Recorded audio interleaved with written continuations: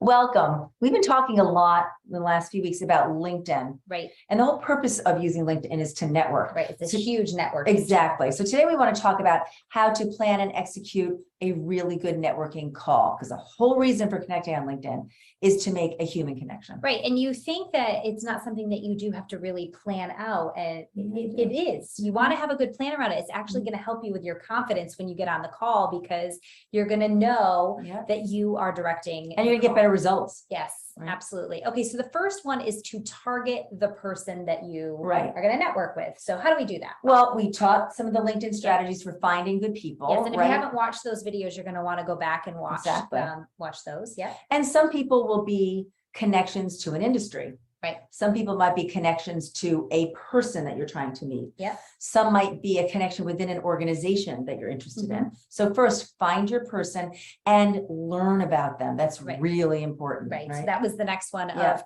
learn about them and what is their value to you. Right. Right. So that's a big piece of that. Right. So there's kind of two pieces of the education. It's understanding something about them, so you're not going in cold. Right. But really having a clear idea of what can I get from this person. So let's say you're working at an organization that I really want to work. I'm not really sure what I want to do, but I really want to work at this company. Okay. So my whole purpose in meeting you is to learn more about the company and maybe to advance myself or insert myself into the hiring process there. So I'm going to focus a lot about ABC company where you work. Okay. But if I'm not really interested in your company, I really just want to know your friend who works somewhere else. Yeah. Then I'm going to talk to you about, what I'm looking to do. And I notice that you know Sandra. Yeah. And I'm wondering if you could make the introduction for us, because she's doing something or she's working somewhere where I want to go. So it's very specific depending on who you're talking to. Right. And isn't it really valuable to take the time to get yourself educated about what is happening for that particular organization that this person's working at? So things like going on Twitter and, really just taking a look at what are where there's some big deals that have gone on there. If you're interested in their organization. Yes. But if you're interested in their industry, then it would be different. You'd be looking at what are the trends in the industry, who are the big players in the industry. I may reach out to you because I'm interested in your company, but then in doing that research, realize there's an even better company.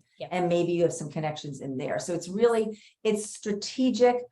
And when it's strategic, you're not wasting the person's time. Absolutely. Right? Absolutely. Because that is one of the huge roadblocks to networking with someone. You're thinking, I might be wasting their time. Well, if you are planned and organized and strategic about what you're doing, you're not going to feel that way. Exactly. Okay. The next one is to set up the meeting. Okay. That sounds pretty basic, but let's talk through what that means.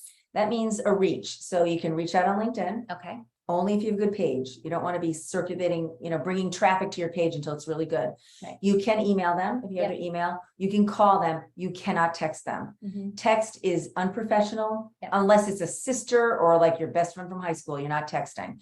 And it's a very simple, again, because as Kelley said, you're doing the planning. It's specific. It's, hi, Kelley.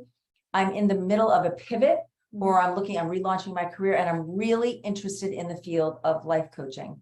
And I'd like to get 10 minutes on your calendar to talk about how I might advance my career in that way. Okay. So I'm specific and I'm asking for 10 or 15 minutes. Yeah.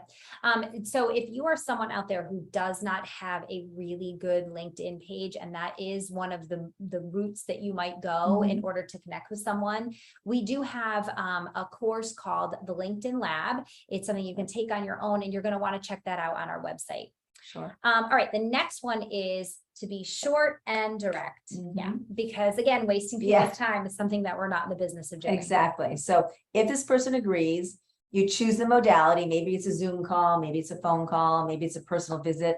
Personal visits are great. Harder to come by now because we've gotten so used to doing things digitally because it's quick. You want to honor your time. So Kelley and I might be having a great conversation, and now it's minute 10 and I've asked for 10 minutes.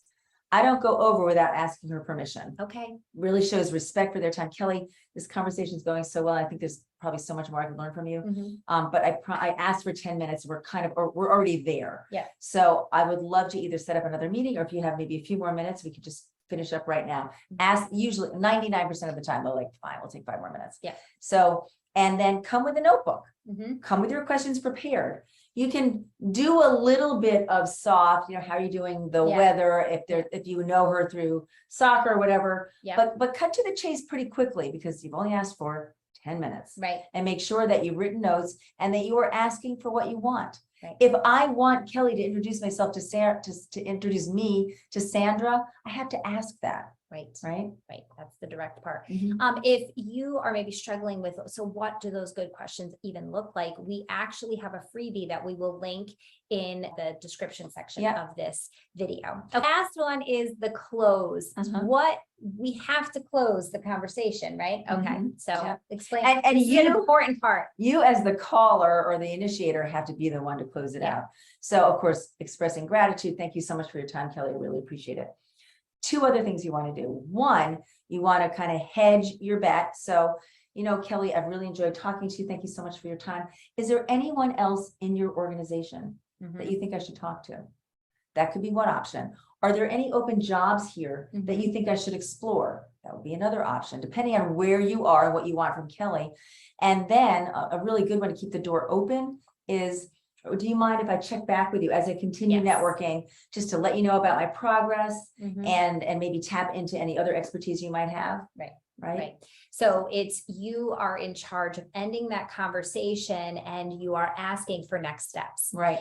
So if you liked what you heard today, you can subscribe to our YouTube channel, and you can also find us at www.preparetolaunchu.com.